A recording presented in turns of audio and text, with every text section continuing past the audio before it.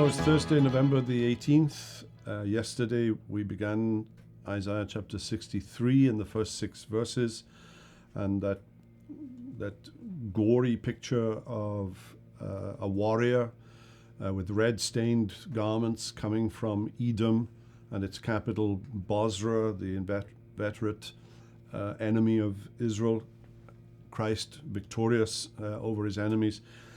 Now the mood changes 180 degrees in section 7 through 14, and he remembers.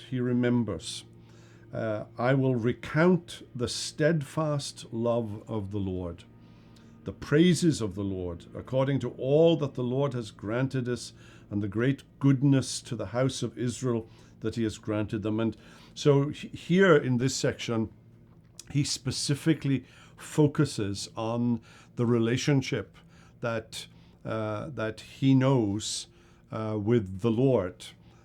It's one thing to write about the fate of God's enemies, but what about those who are his children? What about Zion? What about the people of God? And he begins with steadfast love, this wonderful Hebrew word, chesed.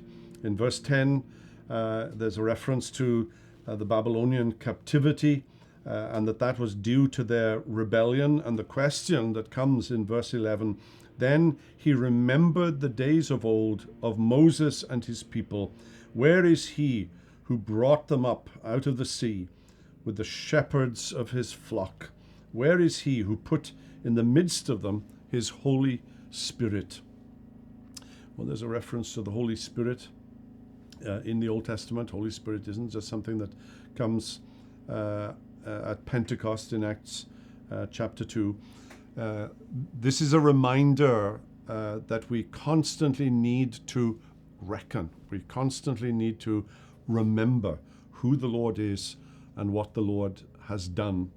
He delivered Israel out of Egypt. He will deliver his people out of Babylon, and he will deliver us, the 21st century church, too, and bring us all the way home.